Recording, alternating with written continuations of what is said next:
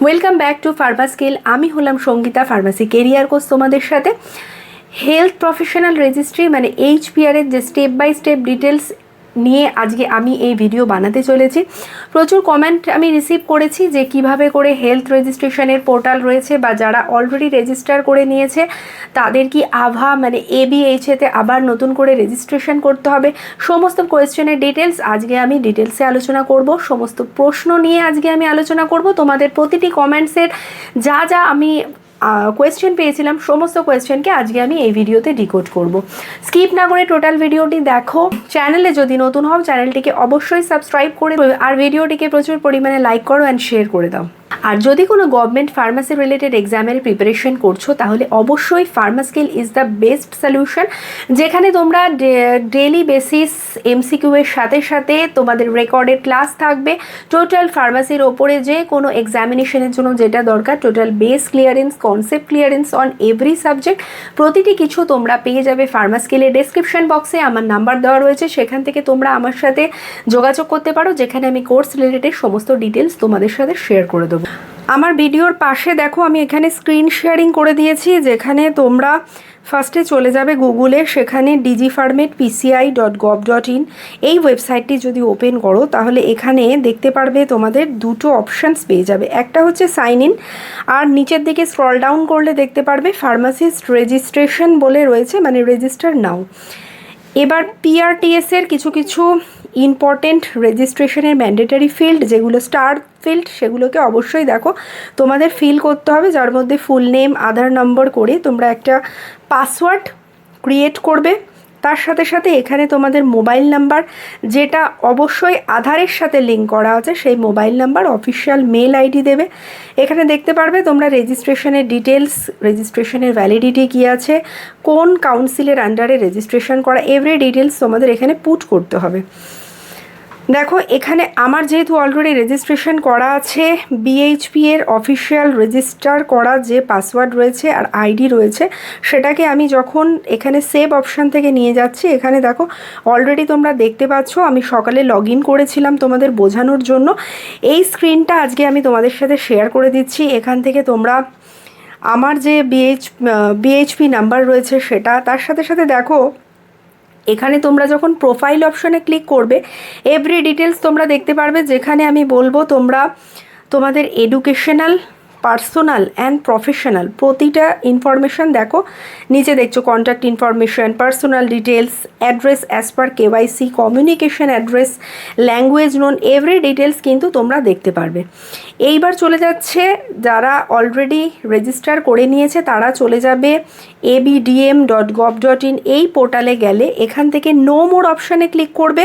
Click করলে তোমরা দেখতে পারবে এখানে একটা পেজ ওপেন হয়ে যাচ্ছে। এইখান থেকে তোমরা ডাইরেক্টলি এখানে তোমার AVH-এ তোমাদের ক্লিক করতে হবে, ক্লিক হেয়ার অপশানে। এখানে দেখো তোমরা দেখতে পারবে যে রেজিস্টার পোর্শনে নিউ ইউজারের রেজিস্টার রয়েছে, আর কি আছে এক্সিস্টিং ইউজারের রেজিস্ট্রেশন।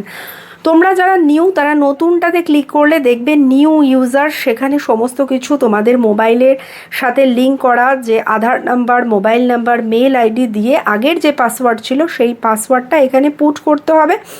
তাহলে দেখবে এখান থেকে এভরি ডিটেলস তোমরা পাচ্ছ। আর যারা এক্সিস্টিং ইউজার তারা এক্সিস্টিং ইউজারে ক্লিক করবে। এখানে ক্লিক করলে দেখবে প্রিভিয়াস যে মোবাইল নাম্বার রয়েছে, দেখো এখানে দেখছো আমার এটা সেভ করা রয়েছে, তার কারণ অলরেডি আমার এই আইডি পাসওয়ার্ড সব ক্রিয়েট করা রয়েছে, সেই কারণের জন্য অলরেডি আমি শুধুমাত্র আধার, আমার যে পাসওয়ার্ড আইডিটি রয়েছে সেটা আর পাসওয়ার্ডটা মারলে দেখো এখানে অলরেডি আমি লগ ইন করতে পারছি। লগ ইন করার সাথে সাথে আমার যে পিকচার দিয়ে, অবশ্যই এটা অনেক পুরনো পিকচার, তার সাথে date of birth, every details, কোন সিস্টেমে আছি, আমি আয়ুর্বেদিক না হোমিওপ্যাথি, কত দিন অবধি আমার রেজিস্ট্রেশন ভ্যালিড রয়েছে, আর মোস্ট ইম্পর্টেন্ট পার্ট এখানে কিন্তু সবাইকে তাদের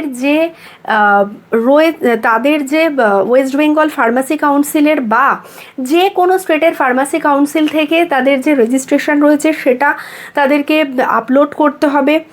রিনুয়াল সার্টিফিকেট আমি আমার এক্সপিরিয়েন্স দিয়ে বলছি, আমি কিন্তু রিনুয়াল সার্টিফিকেট এখানে আপলোড করিনি। আমি এখানে আপলোড করেছি আমার যে রেজিস্ট্রেশনের অরিজিনাল, সেটা কবে প্রথম ডেট অফ রেজিস্ট্রেশন করেছিলাম সেটাও এখানে ম্যান্ডেটারি রয়েছে।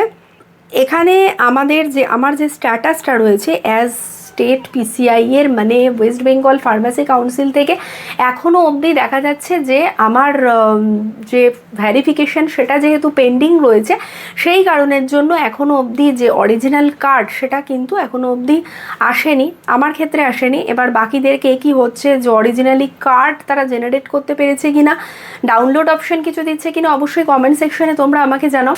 আশা করি এই ভিডিওটি, এই স্ক্রিন শেয়ারিংটা তোমাদের জন্য হেল্পফুল হয়েছে। আমি যদি আর একটু সামারাইজ করে তোমাদের বলে দিই তাহলে এরকম দাঁড়ায়, অলরেডি এই যে সেন্ট্রাল যে কাউন্সিলে এই রেজিস্ট্রেশনটা, এটা কিন্তু অনেক দিন আগেই শুরু হয়ে গেছে। আমার অলরেডি পুরনো একটা ভিডিও তোমরা ইউটিউবে গেলে বা ফেসবুকে গেলে দেখবে সেন্ট্রাল পিসিআই রেজিস্ট্রেশন থাম্বনেল হিসাবে আমার একটা ভিডিও আপলোড করা আছে, ওখানেও খুব সুন্দরভাবে স্টেপ বাই স্টেপ ডিটেলস হিসাবে দেওয়া আছে।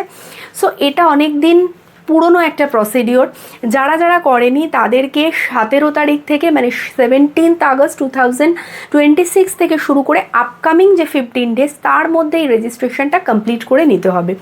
সো আমরা যারা রেজিস্ট্রেশন করতে যে সমস্ত ফার্মাসিস্টদের অসুবিধা হচ্ছে বা যে কোনো ক্যান্ডিডেটদের অসুবিধা হচ্ছে তাদের জন্য একটু সামারাইজ করে বলি, সকলে চলে যাবে তোমাদের যে গুগল ক্রোম অপশান বা অন্য কোনো ব্রাউজার থেকে ওপেন করতে চাইলে সেখানেও তোমরা dgpharmatpci.gov.in এই মেল আইডি এই ওয়েবসাইটটি যদি ওপেন করো, সেখানে তোমরা ফার্মাসি ওথ, তার নিচে দেখতে পারবে যে দুটো সেকশন থাকবে, একটা যারা অলরেডি রেজিস্টার করিয়ে নিয়েছে তাদের, আর যারা নিউ ইউজার রয়েছে তারা রেজিস্টার নাওতে ক্লিক করে তাদের যে সমস্ত স্টার মার্ক পোর্শনগুলো রয়েছে, লাইক তাদের নেম, আধার নাম্বার, আর মোস্ট ইম্পর্টেন্টলি আধারের সাথে লিঙ্ক করা যে মোবাইল নাম্বার রয়েছে সেটাকেই অ্যাকচুয়ালি পুট করতে হবে।